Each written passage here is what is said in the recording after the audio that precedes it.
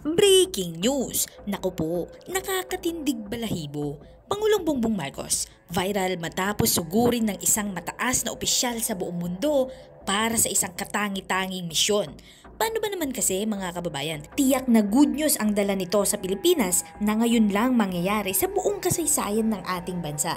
Grabe, iba talaga ang karisma ni PBBM sa iba't ibang bansa dahil hindi na mabilang ang mga gustong makipagsanib pwersa sa ating mahal na Pangulo. At hindi lang yan mga kababayan, dahil malaking pera pala ang pinag-uusapan dito.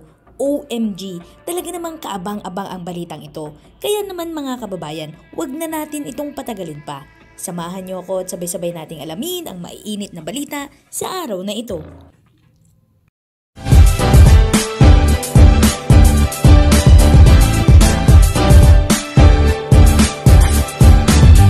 Just in, nagpaabot ng $1 milyong ang Estados Unidos na tulong sa gobyerno para sa humanitarian assistance sa mga lugar na tinamaan ng kalamidad. Sa courtesy call ni US Defense Secretary Lloyd Austin III sa Malacanang kahapon sa palasyo, sinabi ng opisyal ng US na bukod sa ibibigay nilang $1 milyong, pinapahintulutan din aniya ang mga tropang US na tumulong sa mga Armed Forces of the Philippines sa pagbibigay ng tulong sa mga komunidad na nasalanta ng bagyo. At aniya na ito ay mga karagdagan sa halos 100,000 pounds na supply na naihatid na ng Amerika pagkatapos pa ng bagyong Golian. Sa pagbibigay diin sa pinalakas na alyansa sa pagitan ng Pilipinas at Amerika, binigyang diin din ni Kalihim Austin ang pangako ng bansa na suportahan ang mga Pilipino sa panahon ng krisis. Bilang tugon, pinasalamatan ni Pangulong Marcos si Kalihim Austin sa pagbisita sa Pilipinas sa kabila na mapaghamong kondisyon ng panahon. Binigyang diin din niya ang kahalagahan ng Enhanced Defense Cooperation Agreement o EDCA sa pagtugon sa kalamidad. Dahil dito, pinuri din ni PBBM ang kontribusyon ng Enhanced Defense Cooperation Agreement o EDCA sites sa pagtugon ng gobyerno na serye ng mga bagyo sa bansa. Ang EDCA ay isang kasunduan na idinisenyo upang palakasin ang kooperasyong pansiguridad sa pagitan ng Amerika at Pilipinas sa pamamagitan ng pagpapahintulot sa rotational presence ng US troops sa mga pinagkasunduang lokasyon sa bansa. Ang kasunduang ito ay nakikita upang higit pang pagtugon sa sakuna ng Pilipinas dahil sa mga lokasyon ay maaaring gamitin para sa humanitarian at relief operations sa panahon ng mga emergency at natural na kalamidad. Ayon sa Pangulo, ang EDCA sites ay nagsilbing staging areas para sa paghahanda ng gobyerno kabilang ang prepositioning ng mga supplies at assets. Sa iba namang balita, ibinigay ngayong araw ni Pangulong Ferdinand R. Marcos Jr. ang 50 milyong piso sa pamahalaang panlalawigan ng Catanduanes para sa agarang pagbangon nito mula sa epekto ng Super Typhoon Pipito. Inatasan ni Pangulong Marcos ang iba't ibang ahensya ng gobyerno para sa agarang pagbibigay ng mga relief goods, tulong sa tirahan at pagpapanumbalik ng komunikasyon at mga sistema ng kuryente na hindi pinagana pagkatapos ng bagyong Pipito. Pagdating sa Catanduanes, nagsagawa ang Pangulo kasama si Governor Joseph Chua ng aerial inspection sa lawak na pininsalang dala ng bagyo. Sa kanyang talumpati, pagkatapos ng inspeksyon, hinimok ni PBBM ang mga biktima na ihain ang kanilang mga alalahanin sa kani-kanilang local government units. Nasaksihan din ng Pangulo ang pamimigay ng mga family food packs na nagkakahalaga ng 633,000 pesos at cash aid assistance na umabot sa 2.5 milyong piso mula sa DSWD. Nasa 1,000 family food packs naman ang ipinamahagi ng DSWD sa mga nakaligtas sa bagyo mula sa ilang barangay sa Berac. Bukod pa rito, may 5,000 cash assistance relief na ipaabot ang DSWD sa 500 families. 11 sa 16 munisipalidad ng Catanduanes ang matinding naapektuhan ng bagyong Pipito. Ang mga napinsala sa mga bahay, gusali ng gobyerno, paaralan at iba pang mga infrastruktura ay naiulat din. Kasalukuyang nagtatrabaho na ang iba't ibang ahensya upang masuri ang pinsala, magbigay ng tulong, linisin ang mga kalsadang hindi na madaanan at maibalik ang mga kuryente at komunikasyon pagkatapos ng bagyo. Bago matapos ang programa, nagpaabot ang Office of the President sa Provincial Government of Catanduanes ng 50 milyong piso na cash assistance mula kay PBBM.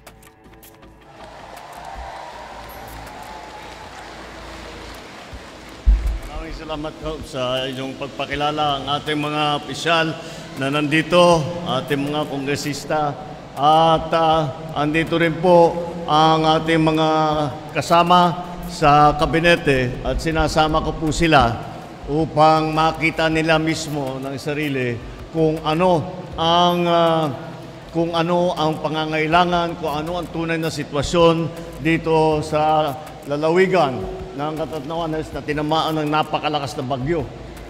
Nandito mula po isang tiga-ayos doon sa mga nasirang infrastructure. Nandito po ang Secretary ng DPWH, Secretary Manny Bunuan.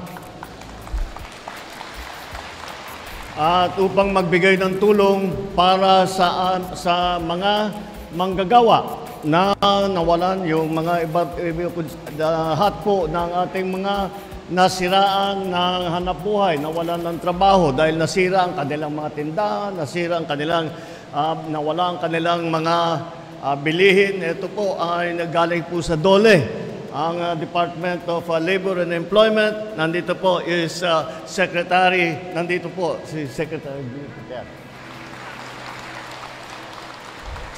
Benny Laguesma. Magaling po kumantayan, kakantayan mamaya. At ang ating bagong DILG Secretary na dating Governor ng Cavite, andito rin po. Sanay po siya sa mga ganitong klaseng sitwasyon dahil nag-governor siya. At mabuti naman sa DILG na siya at marami siyang magagawa at siya yung nag-coordinate sa gitna ng national government at saka sa local government. Hindi po namin malalaman, hindi po namin magagawa ang aming kailangan gawin kung walang tulong ng mga local government official. Kaya nandito po ang DILG Secretary John Vic Remulla. At yung mga kasama natin sa iba't ibang ahensya, sa ating Civil Defense Authority, yung pong silang namamahala sa lahat ng tulong, lalong-lalo na silang nagre-report sa akin tungkol sa mga sitwasyon sa iba't ibang lugar. Kaya po kami nandito dahil nag-inspeksyon po kami at tinignan namin sa helicopter, nakita namin kung ano yung mga naging damage.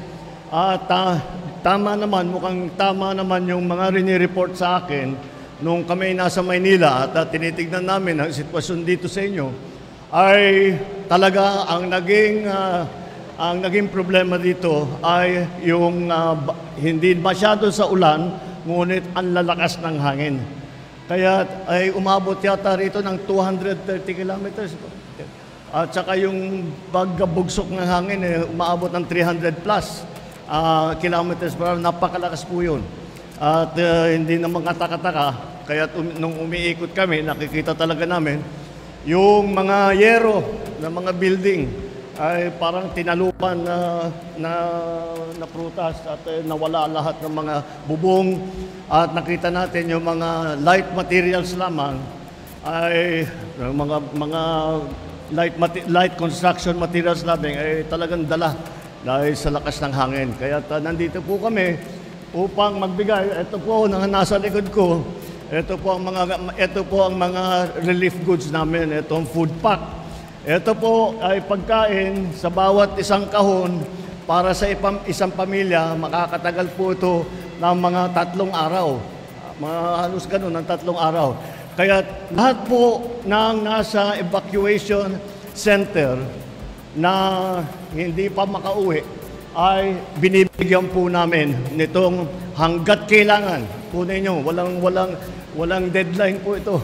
Hanggat kailangan ninyo na magkaroon pa ng food pack, magpapadala pa rin kami ng patuloy na pagpadala ng food pack.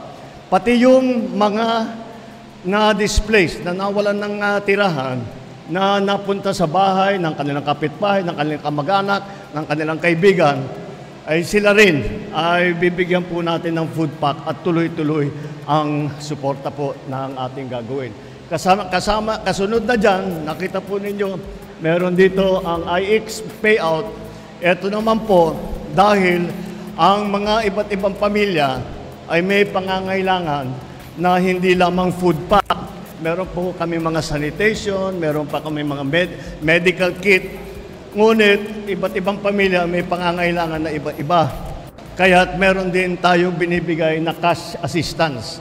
Itong cash assistance para magamit po ninyo na pambili. Kung may maliit kayong bata, pambili ng gatas. Kung meron kayong inaalagaan na may sakit, pang makabili ng gamot. Yun po, para yan po yan. At patuloy din po yan. Para naman patuloy natin tinutulungan ng ating mga kababayan ng nangangailangan.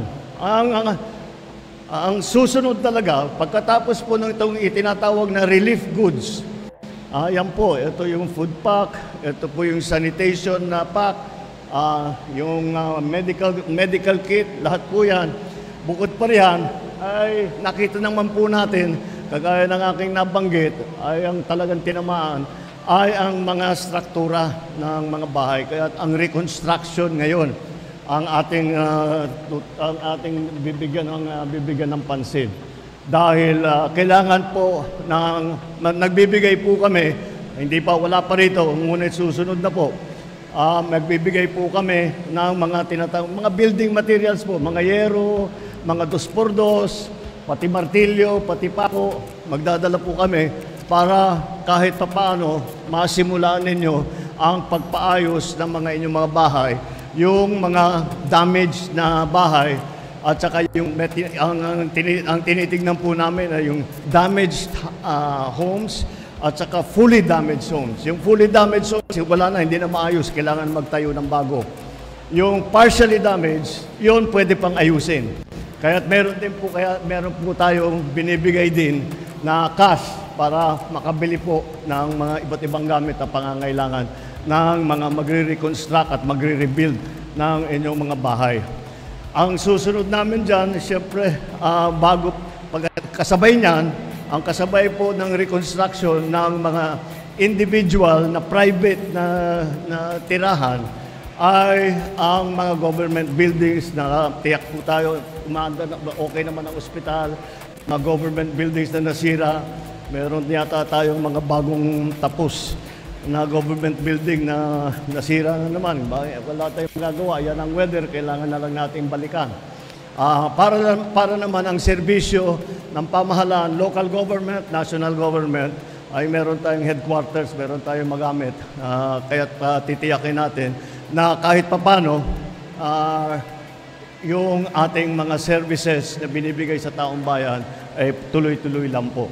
At yan po ang aming gagawin. Mula rito po, pupunta po kami at bibigyan po tayo ng mga report ng local government, ng lalawigan, ng bayan, ng mga iba't ibang bayan at lahat po ng mga ahensya ng pamahalaan upang matignan natin kung ano ba talaga ang kailangan gawin at para pagbalik namin sa Maynila ay alam na namin kung anong kailangan ipadala, anong schedule ang pagpadala, anong gamit ang kailangan pa ba ng food pack, kailangan na ba ng building materials, lahat po yan.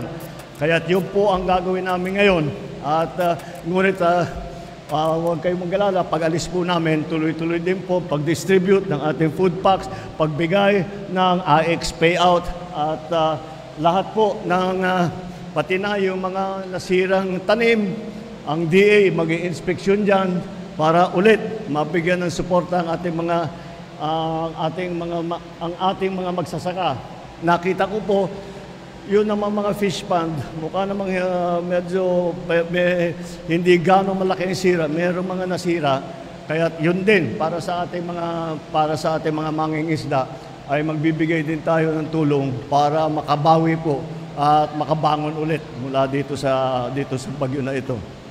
Napakalakas po ng tama ng Pepito at kayo ang nauna, kayo ang sa palagay ko ang probinsya na tinamaan talaga ay Aurora, Catanduanes, Nueva Vizcaya, tumawid po ng Pilipinas. Tumawid. Galing sa Pacific Ocean, tumawid po ng Pilipinas. Inuna ang Aurora, tinamaan kayo, Catanduanes hanggat tumawid. At marami po tayong kayo po ay makabawi na at makabangon muli dito sa ating naging sakuna na bagyo na Pepito. Yun lang po. Good luck po. Sana hindi na maulit. Mabuhay po kayo. Mabuhay ang Catanduanes. Ang titibay po ninyo. Mabuhay kayo.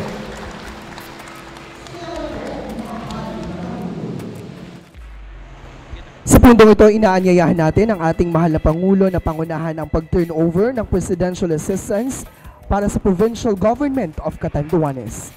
Inaanyayahan po natin si Governor Cua upang tanggapin ang 50 million pesos mula sa Office of the President.